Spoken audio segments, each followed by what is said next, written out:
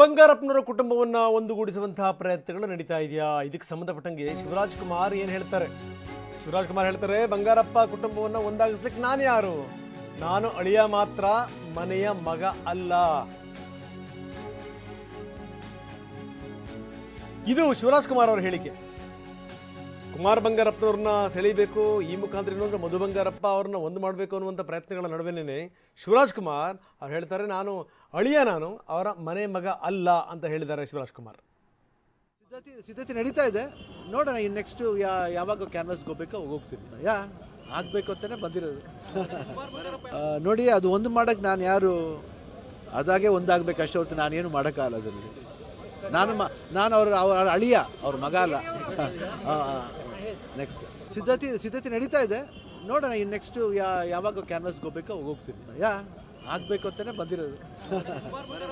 ನೋಡಿ, ಅದು ಒಂದು ಮಾಡೋಕ್ಕೆ ನಾನು ಯಾರು? ಅದಾಗೆ ಒಂದಾಗಬೇಕು ಅಷ್ಟೇ ಹೊರತು ನಾನೇನು ಮಾಡೋಕ್ಕಾಗಲ್ಲ ಅದರಲ್ಲಿ. ನಾನು ಅವರ ಅಳಿಯ, ಅವ್ರ ಮಗ ಅಲ್ಲ.